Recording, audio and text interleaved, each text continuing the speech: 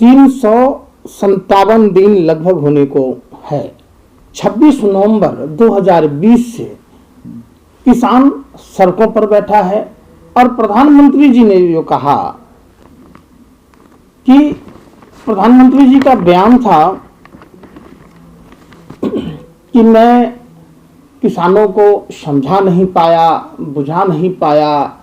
जिस कानून, 3 काले कानून का विरोध देश के पालनहार अन्नदाता किसान भाई कर रहे थे, जब 5 जून को काले चोरों की तरह पूर्ण बहुमत की सरकार, जिसे 303 सांसदों को लोकसभा में भेजा देश की जनता ने, भोली भाली जनता ने, उस पार्टी का मुखिया, जब कोरोना काल में पूरा देश बंद था, ऐसे में चुपके से विपक्षी दल के नेताओं को लोकसभा राज्यसभा से मार्शल से बाहर कराकर इस कानून को पास किया और देश को गुमराह किया। कानून तब पास किया जब नॉर्थॉल जैसे सियोल बन चुके थे। प्रधानमंत्री जी ने कहा, प्रधानमंत्री जी से सवाल पूछा जाता है कि प्रधानमंत्री जी गांधी और बुद्ध के देश में राम और कृष्ण की बात करने वाले जो दल के लोग, सत्ताधारी दल के लोग हैं, उनसे यह सवाल पूछा जाएगा, सब याद रखा जाएगा। किसानों को अपमानित करने वाले जो लोग हैं भाजपा आरएसएस के, उस बात को कभी भी हिंदुस्तान माफ नहीं करेगा। खुद प्रधानमंत्री जी ने कहा था कि ये आंदोलन जीवी परजीवी की तरह होते हैं।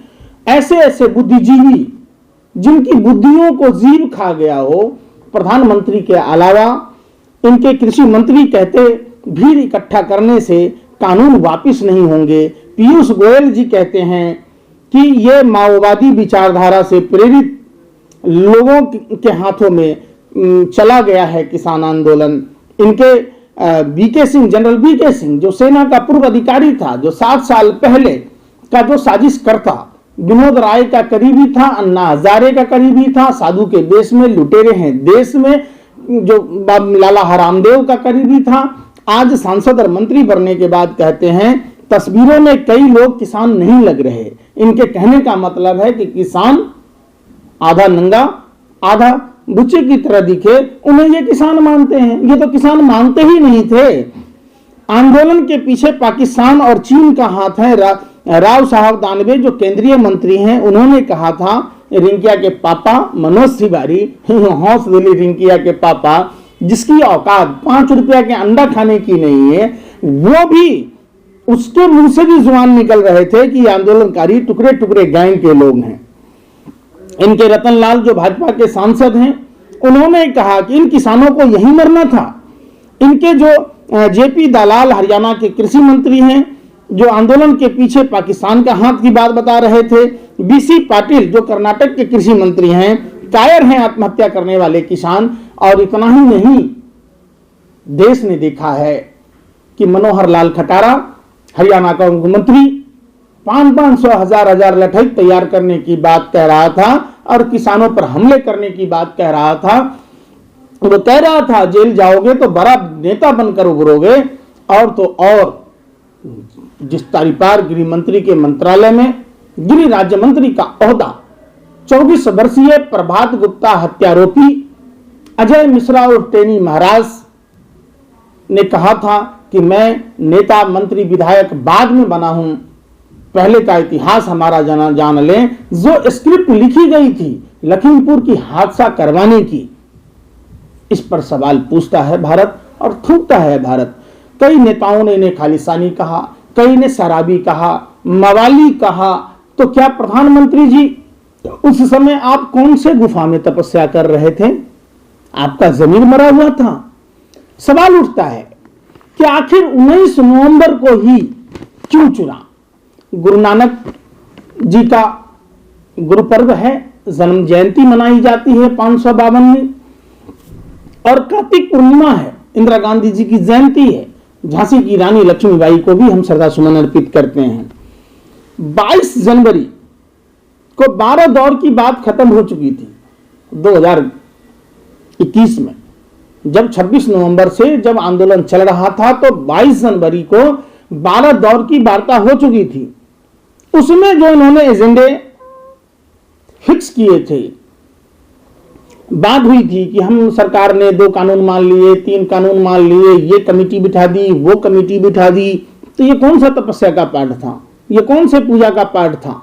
और देश ने देखा कि प्रधानमंत्री जी आपने आपके सहयोग से, आपके बगैर सहमति का चुप और मौन रहना भी एक तरह की सहमति मानी जाती है। ये बाबा साहब अम्बेडकर ने कहा था। किसानों को देश की राजधानी दिल्ली में नहीं आने दिया गया, उन पर आंसू गैस के गोले छोड़े गए, पानी के बौछारें छोड़ी गई, इतने बड़े बड़े लोहे के सूल लगा दिए गए थे, इतने बड़े बड़े पत्थर के बुलडोजर लगा दिए गए थे, वो कोबरा वायर लगा दिया गया था जो देश में जानवरों के लिए भी लगाने की इजाजत नहीं है। और तो और जिस तरीके से लगातार सरकार किसानों को परेशान करना, जबरिया जुल्म अत्याचार कर रही थी, लाल किला की घटना इसी बात का प्रमाण है। अगर सोशल मीडिया नहीं होता, जिस तरीके से गुरदासपुर के सांसद सनी देओल और इनके ही पार्टी के सांसद हेमा मालिनी का बेटा का चुनावी कैंपेनर, अगर जिस तरीके से तिरंगा झंडा अपमान करने, देश के पालनहार अन्नदाता किसान भाइयों को बदनाम करने की कोशिश की गई, जो लाल किला की घटना हुई बेहद शर्मनाक था। क्या आप उससे भी माफी मांगेंगे? क्या आप माफी मांगेंगे प्रधानमंत्री जी? 700 से अधिक किसानों की जो हत्या हुई उनको शहीदों का दर्जा देंगे? क्या आप उन किसानों के लिए जो देश की दूसरी आजादी की लड़ाई लड़ा, क्या उनके लिए आप संग्रहालय बनाएंगे ताकि देश में भविष्य में बच्चों को यह बताया जा सके कि ये देश की आजादी के नायक हैं? ये सवाल पूछा जाता है। साथ ही ये 19 नवंबर का समय इसलिए फिक्स किया गया कि पंजाब और यूपी जैसे राज्यों में चुनाव है। हिमाचल और हरियाणा में जो इनको मुंह की खानी पड़ी, जो वोट का चोट पड़ा, इनसे औकात इनकी पता चल गई, इनके होश ठिकाने आ गए, जो ये सत्ता के अहंकार में डूबे थे। तरीपार अमित शाह जी ने कहा, लखनऊ के एक सभा में कहा कि अगर 2024 में मोदी को लाना है तो 22 में योगी को लाना होगा। मैं कहता हूं, अगर आपको महंगाई से निजात लेनी है, देश की अर्थव्यवस्था मजबूत करनी है, देश से मंदी दूर करनी है, आज अगर जो सरहदों की सुरक्षा की बात करनी है, नेपाल ने 7100 किलोमीटर जमीन कब्जा कर लिया, कुछ नहीं बोलते। चाइना ने अरुणाचल में, लद्दाख में कई जगह अतिक्रमण कर लिया, उस पर नहीं चौ बोल पाते। तो देश की आवाम को समझना होगा, अगर आपने इनको 5 राज्यों के उपचुनाव में दूसरा डोज दिया तो निश्चित तौर पर ये जो नफरती चिंटू, ये प्रदूषण पर नहीं बात करते, जिससे कि देश के एक बड़ा तबका बीमार हो रहा है, हार्ट डिजीज हो रहा है, लंग के कैंसर हो रहे हैं, बच्चों की असामयिक मौतें हो रही है। यहां तक कि देश के स्वास्थ्य संगठन के लोगों ने कहा कि जो प्रदूषण का स्तर है, जहां प्रधानमंत्री रहते हैं, जहां प्रधानमंत्री का आवास है, वहां 44 सिगरेट का धुआं एक आदमी ऑब्जर्व करता है। आप सोचिए कि उस ग्रहण करता है तो वो बीमार हो रहा है। अस्पतालों की व्यवस्था करनी थी, शिक्षा की व्यवस्था करनी थी, तो प्रधानमंत्री लगातार झूठ बोलते रहे। प्रधानमंत्री जी 4 दिसंबर को एक बहुत बड़ी खबर आई कि बिजली संशोधन विधेयक, फसल बीमा योजना को प्रभावी, 3 काले कानून, स्वामीनाथन कमेटी रिपोर्ट, एमएसपी पर कानूनी अधिकार, किसानों के खिलाफ जो दर्ज हुए, यहां तक कि देश में किसानों को बार बार बदनाम किया जाता रहा कि पंजाब, हरियाणा, पश्चिम उत्तर प्रदेश के किसान खेत में पराली जलाते हैं तो दिल्ली में प्रदूषण होता है। टेरी और एआरआई की रिपोर्ट कहती है, जिसके आधार पर 9 अगस्त को राज्यसभा में सरकार की ओर से बयान दिया गया था कि कल कारखाने, कंस्ट्रक्शन और ट्रांसपोर्ट सिस्टम के कारण 96% पॉल्यूशन फैलता है। मैक्सिको एक ऐसा शहर है जहां प्राइवेट ट्रांसपोर्ट यानी कि मेट्रो के किराए कम किए गए तो लोग अपने जो निजी वाहनों का उपयोग करना कम कर दिया। वहीं दूसरी ओर प्रधानमंत्री को देश की आवाम की चिंता नहीं। मेट्रो के किराए इनके शहरी विकास मंत्रालय लगातार बढ़ाती रही। विश्व का दूसरा सबसे बड़ा महंगा दिल्ली का मेट्रो किराया है। दिल्ली में बसों की संख्या कम है, उस पर नहीं बात होती। बात आज किसानों की होगी। आज जिस हिसाब से प्रधानमंत्री जी ने बैकफुट पर आए, प्रधानमंत्री जी ये मत भूलो कि सत्ता सेवा का माध्यम है। लूट खसोट, जिद, अहंकार और अपने व्यापारिक मित्रों को खुश करने का ये प्रजातांत्रिक शासन प्रणाली में कोई स्थान नहीं है। देश के पालनहार अन्नदाता किसान भाइयों ने जो तप, संघर्ष और बलिदान दिया, अपनी कुर्बानी दी के दम पर मिली ऐतिहासिक जीत, सभी देशवासियों को हार्दिक बधाई। गुरु नानक देव जी ने कहा था कि किरत करो यानी मेहनत करो, ईमानदारी से मेहनत करो। आप हर किरत करने वाले देश के पालनहार अन्नदाता किसान भाइयों को गुरु नानक पर्व की हार्दिक शुभकामना। आज इस ऐतिहासिक दूसरी आजादी के दिन हम सब शहीद किसान मजदूर भाई बहनों को याद करते हैं, जिन्होंने अपनी जान देकर इस सत्याग्रह को मजबूत किया, और हम सभी शहीदों को श्रद्धा सुमन अर्पित करते हैं। देश के पालनहार अन्नदाता किसान भाइयों ने देखा, देश में दो सबसे बड़ी किसान आंदोलन हुए। एक राष्ट्रपिता महात्मा गांधी ने, जब ब्रिटेनिया हुकूमत थी, गोरे अंग्रेजों का शासन था, तो बिहार के चंपारण से एक किसान राजकुमार शुक्ल 1916 से लगातार महात्मा गांधी जब बैरिस्टर थे उनसे मुलाकात होती थी। जब महात्मा गांधी जी अंग्रेजी हुकूमत के खिलाफ मूवमेंट चला रहे थे, सबसे बड़ा आजादी का प्रतीक बिहार का चंपारण पड़ा, जहां महात्मा गांधी जी के साथ कंधे से कंधा मिलाकर डॉक्टर राजेंद्र प्रसाद, आचार्य कृपलानी, मजरूल हक, ब्रजकिशोर प्रसाद, अनुग्रह बाबू जैसे क्रांतिकारी मिले, जो देश को गुलामी से मुक्ति दिलाने में अहम भूमिका निभाया। कॉन्ट्रैक्ट फार्मिंग के विरोध के नाम पर अंग्रेजों ने जो 42 तरह का कर लगा रखा था, 135 सालों से चली आ रही नील की खेती धीरे धीरे बंद हो गई और चंपारण देश की आजादी का प्रतीक बना। बरडोली सत्याग्रह, उसी गुजरात से सरदार पटेल आते हैं, जहां नरेंद्र मोदी और अमित शाह आते। सरदार पटेल ने 1928 में गुजरात से अंग्रेजों के द्वारा 22% तक लगान बढ़ाने के विरोध में बरडोली का नेतृत्व किया। न्यायिक अधिकारी बूमफील्ड और राजस्व अधिकारी मैक्सवेल ने 22% लगान वृद्धि को गलत बता ठहराते हुए घटाकर 6.03% कर दिया। खेरा सत्याग्रह भी किसान आंदोलन के रूप में जाना गया। पहली बार ऐसा हुआ कि आजाद भारत में, अपने ही मुल्क में, जो लोग राम और कृष्ण की बात कह रहे थे, भगवान श्री कृष्ण ने गीता में कहा, किसान ईश्वर का सहायक होता है, किसान राजा से बड़ा होता है, राजा सिर्फ राज्य का पालक होता है, किसान पूरी मानवता का पालक होता है। तो क्या आप राम और कृष्ण को नहीं पढ़ा? क्या आपको राम और कृष्ण के चरित्र को अपनाने की जरूरत नहीं थी?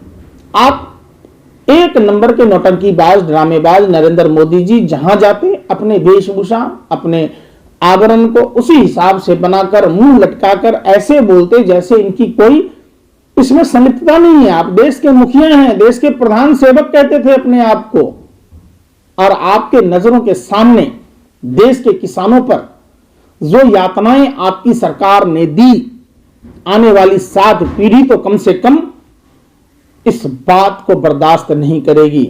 नरेंद्र मोदी जी, देश के किसानों ने आपकी औकात बता दी, आपके अहंकार को तोड़ा, देश का किसान जीता, आपका अहंकार हारा।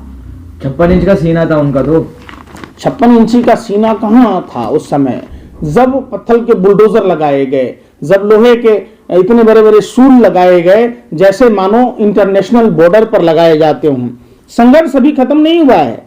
कृषि उपज का लाभकारी न्यूनतम समर्थन मूल्य एमएसपी मिले, विवादास्पद बिजली संशोधन कानून खत्म हो, कृषि उपकरण, बीज, कीटनाशक दवाइयों पर लगाए गए जो ये टैक्स खत्म हो, डीजल के दाम 2014 जब अंतर्राष्ट्रीय बाजार में 105.71 डॉलर प्रति बैरल था, तब 55 रुपये 49 पैसे मिलते थे। आज जब 82 रुपये के आसपास है डॉलर प्रति बैरल, तो आज 100 के पार मिल रहे। 2014 के हिसाब से उसी स्लैब में किसानों को डीजल मिले, किसानों को जो पराली के नाम पर जो फर्जी तरीकों से फंसाया गया उनको भी वापस लिए जाएं। पराली जलाने से प्रदूषण में हिस्सा 4% तक ही है। देश के किसानों से माफी मांगे, उन किसान परिवारों से माफी मांगे जिसको मोदी सरकार ने जबरन इतने बड़े बड़े चिट्ठे थमाए और लोगों को जेल में डाले। आप किन किन चीजों से माफी मांगेंगे प्रधानमंत्री जी? आपके सामने, आपके नजरों के सामने एसएससी जीडी 2018 के वो क्वालिफाई छात्र 54,995 छात्रों का ओवर एज होने के कारण उसमें से कुछ वंचित रह जाएंगे। कुछ सड़कों पर जिनको देश की सरहदों की रक्षा करनी थी, ये वही किसानों के बच्चे हैं, उन्हीं मजदूरों के बच्चे हैं जो खेत के पगडंडियों पर सुबह 5 बजे उठकर दौड़ की अभ्यास करते, लॉन्ग जंप की अभ्यास करते, उछल कूद करते, ताकि हम भारत माँ की सेवा कर सकें। जो भारत की माँ की सेवा करने के लिए, जो भारत माँ के वीर सपूत बनने के लिए, जिन्हें वर्दी चाहिए था, आपकी सरकार उनको अर्थी देने का काम कर रही है। ये बात पूछता है भारत। और फिर किसान संगठनों और देश के किसानों को नरेंद्र मोदी जी ने जो गुमराह करने का सही समय चुना है, देश के लोग नरेंद्र मोदी जी की बातों पर तनिक भी भरोसा नहीं करते। मोदी जी, आपने लगातार इतनी झूठ बोली है, काठ की हंडी दोबारा नहीं चढ़ती। इसलिए आपको जब लोकसभा और राज्यसभा में इस कानून को निरस्त करेंगे, एमएसपी पर गारंटी कानून बनाएंगे, बिजली विधेयक वापस लेंगे, तब देश आपकी बातों को समझेगा। पहले आप ऐसे निकम्मे निठल्ले प्रधानमंत्री हैं जिनकी बातों पर देश के लोगों का क्या, विश्व के किसी लोगों का भरोसा नहीं है। विश्व में ऐसा एक पहला इकलौता देश भारत है जिसके प्रधानमंत्री नरेंद्र मोदी हैं, जो लगातार हर बातों में झूठ और फरेब झलकता है, अहंकार झलकता है, दंभ झलकता है। मोदी जी, समय है, समय रहते आप इस बात को स्वीकार कर लें। आप जरूरी है वक्त की नजाकत को समझें। जहां भारत पर चाइना लगातार दबिश बनाए हुआ है, मेरा एक नसीहत है मोदी जी, जरा गौर से सुनना, सोचना, विचारना। मोदी जी, आपके लिए उस जंग के बारे में मत सोचो। मोदी जी, उस जंग के बारे में मत सोचो जो आप जीत नहीं सकते, क्योंकि उस जंग का नतीजा सिर्फ आपकी शर्मिंदगी, आपकी बेइज्जती के अलावा कुछ नहीं मिलना है। ये देश के पालनहार किसान हैं, इनको प्रताड़ित करना, इनसे जंग लड़ना, अपने नेताओं को नसीहत दो, अपने प्रशासन के अधिकारियों को नसीहत दो। जिनके सुहाग गुजर गए, आप उनके सुहाग वापस लाकर नहीं दे सकते। जिनके सर से पिता का साया उठ गया, आपकी औकात 7 जन्मों में भी नहीं हो सकती कि आप उन बच्चों के पिता को दे सकते। लखीमपुर खीरी की घटना में दलजीत सिंह के बच्चे और उनकी विधवा सरकार, उत्तर प्रदेश सरकार से डरी हुई। आपने करनाल में जो अपने ही राज्यसभा सांसद राकेश सिन्हा, जो भाजपा का राज्यसभा सदस्य और जो आरएसएस का प्रचारक है, उसके रिश्तेदार आयुष सिन्हा ने जिस तरीके से सजल साहब को शहादत कराया, ये पूछता है भारत और थूकता है भारत। क्या देश में किसानों पर अत्याचार आपकी सरकार बंद करेगी? माफी मांगने से क्या होगा? आप ये नौटंकी करते हैं सावरकर की तरह, इसमें भी कोई ना कोई राज छुपा है। देश की आवाम को समझना होगा। और इनके जब तक लोकतंत्र के मंदिर में, लोकसभा, राज्यसभा में इन तीनों की कृषि काला कानून रद्द करने संबंधी विधेयक और जो ये कृषि से आधारित तमाम विधेयक लागू नहीं होते तब तक देश चुप नहीं रहेगा। जय हिंद, जय भारत, जय जवान, जय किसान।